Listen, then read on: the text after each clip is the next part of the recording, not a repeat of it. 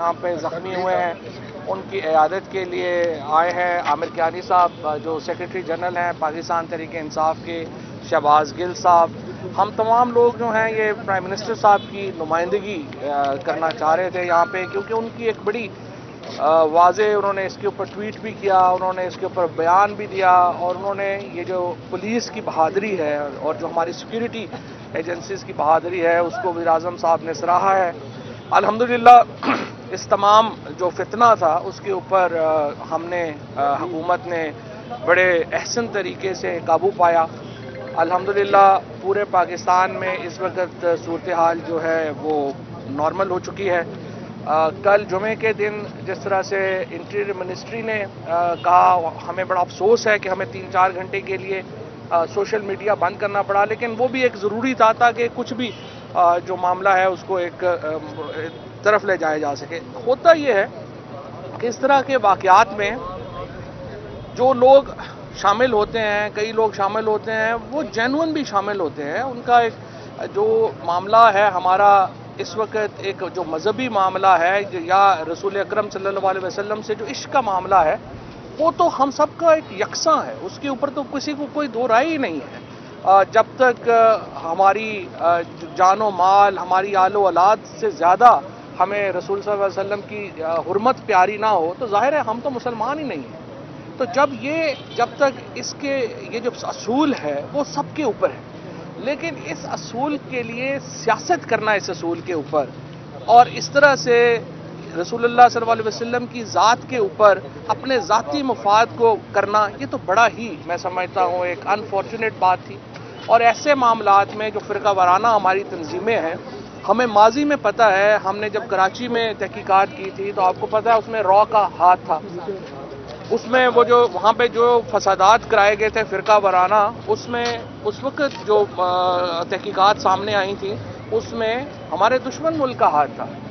تو یہاں پر بھی جماعتیں ہیں جو استعمال ہو جاتی ہیں اور کئی دفعہ پتہ بھی نہیں چلتا ان کو کہ وہ کس کے ہاتھوں استعمال ہو رہے ہیں. اور اس طرح کے جو فتنے جس کے نتیجے میں ملک کمزور ہو، جس کے نتیجے میں آپ کی ایک عالمی حیثیت متاثر ہو، اس کو اجازت نہیں دی جا سکتی. اور اس کے لیے ہم حکومت کی سطح کے اوپر پاکستان کی جو پولیس ہے، اسپیشلی پنجاب پولیس ہے، سندھ پولیس ہے، ہماری جو خیبر پختونخوا کی پولیس ہے، بلوچستان کی، اور باقی جو سیکیورٹی اداروں نے جس طرح سے ان کو ایک جل ہو کر کے اس فتنے کو ناکام بنایا، اس کے اوپر ہم ان کو مبارکباد بھی پیش کرتے ہیں اور ان کو یہ بھی یقین دلاتے ہیں کہ ہم آپ کی جو کیپیسٹیز ہیں ان کو بڑھانے کے لیے بڑے سنجیدہ ہیں.